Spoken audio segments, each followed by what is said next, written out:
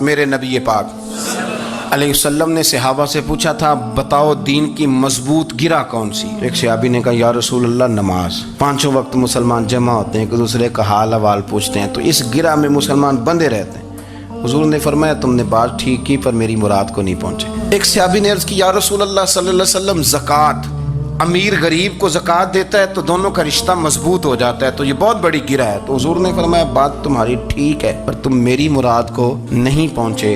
تو تیسرے نے عرض کی حضور حج، مختلف رنگوں کے، قبیلوں کے، نسلوں کے، علاقوں کے لوگ آتے ہیں، ایک ہی لباس پہنتے ہیں، ایک ہی بولی بولتے ہیں، لبیک اللہم لبیک، تو یہ بہت بڑی مضبوط گرہ ہے۔ نبی پاک صلی اللہ علیہ وسلم نے فرمایا بات تمہاری ٹھیک ہے پر تم میری مراد کو نہیں پہنچے۔ صحابہ نے عرض کی حضور پھر آپ ہی بتا دیں کہ اسلام کی مضبوط گرہ کون سی ہے جس میں مسلمان جڑ جائیں گے؟